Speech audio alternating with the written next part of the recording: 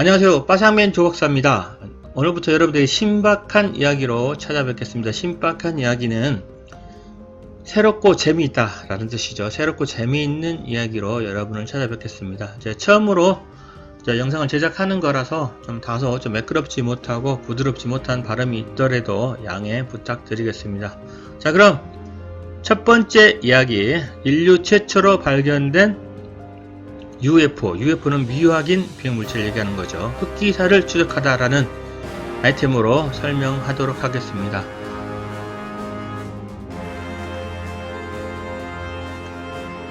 자, 여기 보이시는 게 이게 바로 흑기사입니다. 자, 1950년대 소련이 세계 최초로 인공위성 스푸트니크 1호를 발사에 성공하면서 인류 최초로 우주시대를 열게 됩니다.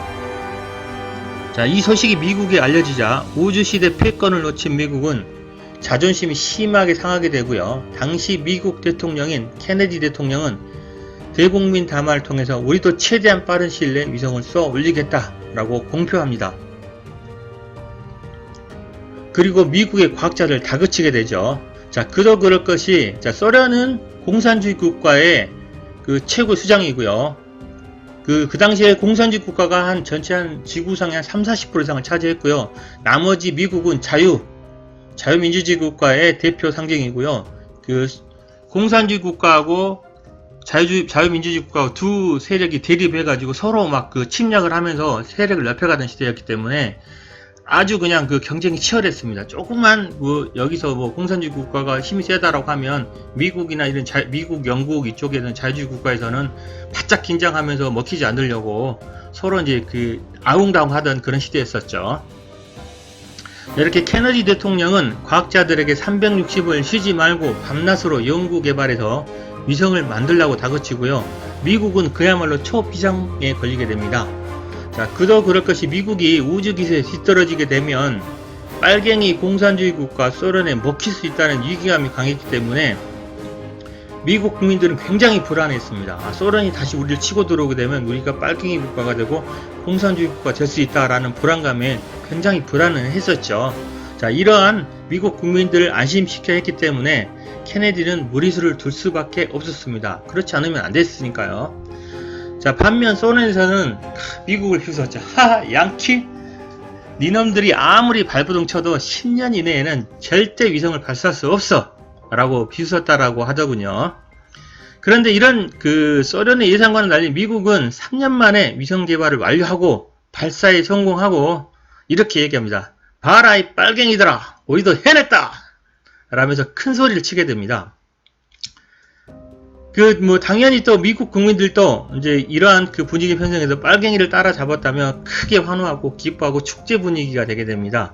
하지만 이런 지구상에서 가장 큰 세력인 소련과 미국의 어떤 경쟁에서 서로 이제 치고받고 하는 과정에서 이런 냉전 분위기가 지금 계속 형성되고 있는 상황에서 전혀 예상하지 못했던 지구 밖에서 놀라운 일이 발생하게 됩니다. 자, 지구 밖에서 놀라운 일이란 말은 인류 최초의 UFO, 미확인 비행물체를 발견하게 되기 때문이죠. 자, 인류 최초의 UFO라고 제가 말씀드리는 것은 뭐냐면, 우리가 과학기술, 장비, 디지털 기기, 그 당시 아날로그 장비로 해가지고 물체를 공식적으로 발견하게 된 거죠. 그 전에는 과학기술이 발전하고 장비들이 없어서 UFO가 돌아다니고 떠다녀도 저게 생지, 뭔지 분간이 안 됐고 과학적으로 증명이 안 됐죠. 근데 이 당시부터는 이게 과학적으로 조금씩 증명되기 시작하고 이제 우리가 기기로 발견되는 최초의 사례라고 볼 수 있죠. 자, 때는 1960년 2월 북미 대공 방위 시스템 기지에서 새로운 레이더 에코 기술로 우주에 떠있는 15톤 이상으로 추정되는 당시로서는 거대한 미확인 비행물체를 발견하게 됩니다. 자, 여기서 말하는 레이더 에코는 레이더 전자를 발사를 해가지고 거기서 발사된 레이더가 다시 나한테 오게 되면 그거로 인해가지고 물체의 위치하고 크기하고 형태를 발견해서 알아내는 기술이죠. 요즘은 널리 쓰이게 됐죠. 항공기에는 기본적으로 들어가고 항운 시스템 같은 경우도 기본적으로 군사적으로 널리 쓰이게 되는 기술인데 이게 1960년도에 발견됐다고 하네요.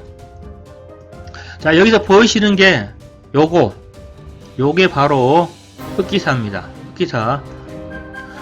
자, 이에 깜짝 놀란 미국은 정보망을 펴서 소련이 쏘아올린 위성일까? 라고 의심하며 긴장을 했고요. 소련 또한 이제 겨우 위성 하나 쏘아올린 양키놈들이 그 궤도상에 이렇게 거대한 인공위성을 쏘아올릴 수는 없어. 그거 불가능한 거야.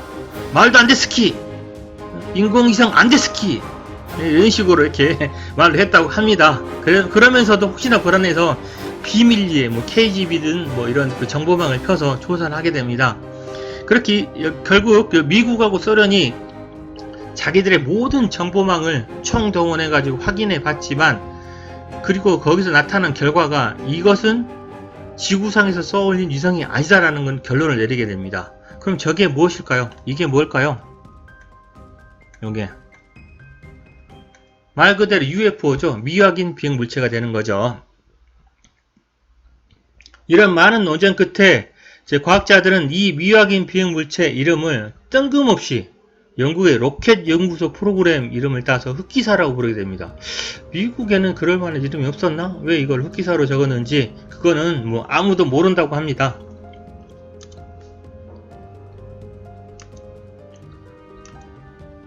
자, 이게 발톱처럼 생긴 미확인 물체 UFO 흑기사입니다.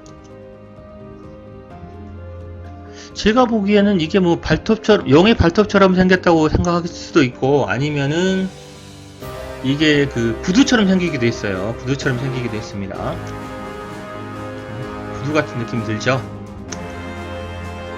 자, 이거는 평면으로 본 모습이죠. 평면으로 본 모습인데, 옆으로 놓게 되면은 이게 좀 닭발처럼 생기기도 했고, 좀 얼핏 보면 또 우주선 같은 느낌이 들기도 합니다. 자, 이렇게 전 세계를 뒤집어 놓은 UFO, 미확인 물체는 흑기사는 그 놀랍게도 3주 후에 흔적도 없이 사라지고 그 어디에서도 발견되지 않게 됩니다. 자, 당시 과학자들은 흑기사가 지구의 공전 방향과 반대 방향으로 돌고 있어서 외계에서 온 UFO가 확실하다라고 했다는데요. 그 근거로 당시 지구에서는 공전과 반대 방향으로 돌게 할 수 있는 위성 기술이 없었기 때문입니다. 현재도 어렵다고 해요. 쉽지 않다고 합니다. 자, 이건 수평으로 본 모습이고요. 자, 이렇게 수많은 추측 속에 사라진 흑기사 행방은 그 이후로 전혀 찾을 수가 없었고요. 어떤 과학자들은 지구의 공전 방향과 반대 방향으로 돌기 때문에 이 흑기사는 15년에 한 번 발견될 것이다. 그러니까 15년에 한 번 발견되니까 2017년에서 18년에 발견될 것이라고 예상했습니다. 자, 그런데 하지만 올해가 2019년이죠. 2019년인데 2017년, 18년에 흑기사 위성은 발견되지 않았습니다. 그렇다면 어디로 갔을까요? 자, 이렇게 인류 최초로 발견된 흑기사는 자신의 별로 돌아갔을까요? 아니면 스스로 소멸했을까요? 제가 보기에는 이게 이제 인공위성이 아니고 UFO라고 하면 자신의 별로 돌아갔을 수가 있죠. 2016년까지 계속 남아있을 이유가 없다라고 생각합니다. 저는 개인적으로 이 UFO들이 있다라고 믿고 있기 때문에 지구상에 다시 나타났으면 좋겠습니다. 올해 19년에 좀 늦게 나타날 수도 있고, 아니면 내년에라도 나타나게 된다고 하면, 이제 현재 기술로는 이 흑기사가 어떤 건지 대략은 알 수 있지 않을까라는 생각이 듭니다. 그래서 저는 외계인들이 지구에 많이 왔으면 좋겠어요. 와가지고 우리 선진 기술, 최첨단 기술을 가르쳐주고 우리가 지구가 좀 더 발전하고 첨단화됐으면 좋겠습니다. 그래서 보다 살기 좋은 지구가 됐으면 좋겠고요. 수명도 한 500살, 600살까지 연장이 되고, 그냥 비행기를 타지 않고 그냥 장비 하나로 그냥 공간 이동할 수 있고, 이런 거 있으면 얼마나 좋겠습니까? 자, 이런 기술을 전수 받아가지고 우리가 문명이 좀 많이 발달해서 살기 좋았으면 좋겠다라는 생각을 하고요. 외계인 친구들을 환영하는 입장입니다. 그래서 꼭 나타났으면 좋겠습니다. 자, 오늘은 여러분에게 첫 번째 소식으로, 자, 흑기사 위성에 대해서 인류 최초로 발견된 UFO 흑기사에 대해서 알려드렸습니다.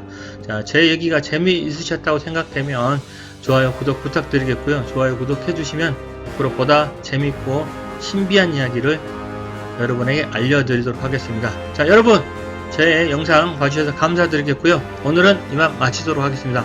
감사합니다.